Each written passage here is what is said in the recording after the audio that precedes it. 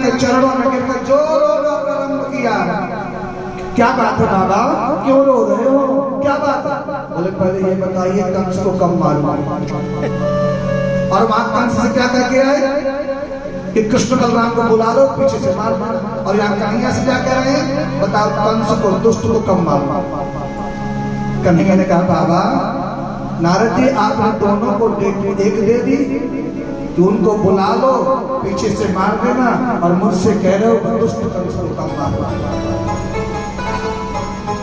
जब आई होगी तब होगा। आज कंस गया है किसके पास? अक्रूर जी के पास। और अक्रूर जी के पास जाकर के बोले कि भो दान पते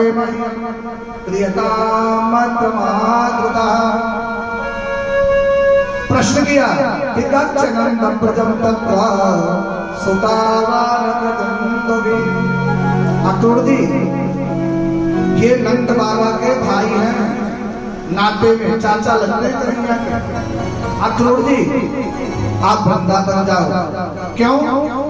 देखो आपसे स्पष्ट कर देता हूं कि जो नंद यशोदा के जो कृष्ण और बलराम हैं वो मेरे शत्रु हैं, उनको लेके आना, उनको लेकर के आना है। धनुष्य के देखेंगे पीछे से मार देंगे। इतना सुनते ही अक्रूर जी महाराज दुखी हो गए और तुरंत बोले कि मैं तो नहीं जा सकता, ये काम मुझे क्यों दे रहे हो? बोले तुम्हें जाना होगा, जाओगे कि नहीं? और तुरंत उन्होंने नग्न तलवार निकाल लिया। बोलो जाओगे कि नहीं? अक्रूर जी भयभीत हो गए और मन में सोचने लग गए मैं जाकर के ये दुष्ट मुझे मार देगा। यश कर और सज्जनों अक्रूर जी महाराज के नेत्रों से अश्रु बह रहे हैं और मन में विचार कर रहे हैं आज मैं धन्य हो जाऊंगा, आज मैं धन्य हो जाऊंगा। वो कन्हैया के चरणों का दर्शन होगा, वो गोविंद के चरणों का मेरा दर्शन होगा, जिसको संत महात्मा बड़े बड़े ऋषि जीवन पर्याप्त तपस्या करते हैं। उस छवि को देखने के लिए मैं कितना भाग्यशाली हूं, मुझे याद दर्शन होगा। गोविंद इतनी कृपा करना, मुझे स्वीकार कर लेना, गोविंद स्वीकार कर लेना, आपके दर्शन हो जाए चरणों का। और हाँ मैं तेरी सीमा पे पहुंचूं, तेरे ब्रज पे पहुंचूं तो तेरे छोटे छोटे चरणों का मुझे दर्शन हो जाए। रो पड़े और चल पड़े, प्रातः काल चले वृंदावन कृष्ण बलराम को। और जैसे प्यारे ब्रज की भूमि पहुंचे, गोविंद गौ चरा के आया करते थे, छोटे छोटे चरणों का करते थे और वहीं पे अब उस रथ से नहाने लगते।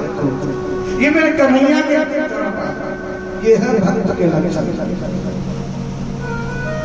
रमण रेती जी महाराज जी को देखते, कभी आप रमण रेती में जुड़ गए तो आरती किया है? हाथी भी आता है आरती करने के लिए, महाराज जी ने माल रखा। हाथी भी मृग है, वाकई वो रमण रेती।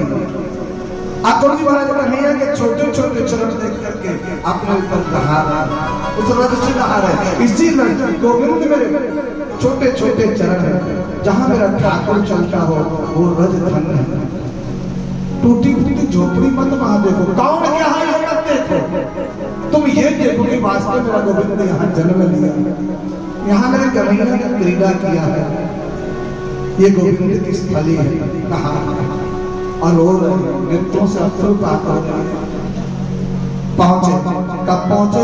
संध्या के समय में मेरे गोविंद गौ चरा करके आ रहे थे और इधर से अक्रूर जी महाराज पहुंचे। और जैसे अक्रूर जी को कन्हैया अपने गायों को बछड़ों को छोड़ करके दूध निकालने के लिए बाल्टी लेके जा रहे थे, सामने से चाचा जी आ रहे थे। अक्रूर जी महाराज बाल्टी दौड़ पड़े, अक्रूर जी प्रणाम नहीं कर पाए, मेरे कन्हैया साष्टांग लेटे। कन्हैया ने प्रणाम किया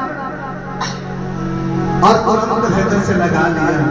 अक्रूर जी ने कहा गोविंद मुझे अपना लेना, तो मेरे कन्हैया ने हृदय से लगाया और बोले चाचा जी आप कैसे आए, कैसे आए हुए? अतुल जी महाराज कहते हैं कंस ने तुमको मारने के लिए बुलाया, तुरंत नहीं कहा, ये बात बिल्कुल नहीं बताना तुमको। दीवालों के भी कान होते हैं, ये बिल्कुल नहीं कहना कन्हैया को मारने के लिए बुलाया, तुमको तो ये कहना है कि धनुष यज्ञ देखने के लिए बुलाया है। कंस अंदर गए, वसुदेव जी महाराज देवकी जी सबसे मिले हैं, और दोनों भाई जब मिल गए तो रात्रि के 12 बज गए। सुंदर वार्ता होती है, भोजन प्रसाद हुआ। अभी तक आपने मुझे ये बात नहीं बताई किस लिए आई। अब बाबा नंद ने पूछा, भैया आपका बहुत दिन में आगमन हुआ है, आपने ये कारण तो बताया ही नहीं है कि आपका आगमन किस लिए हुआ है।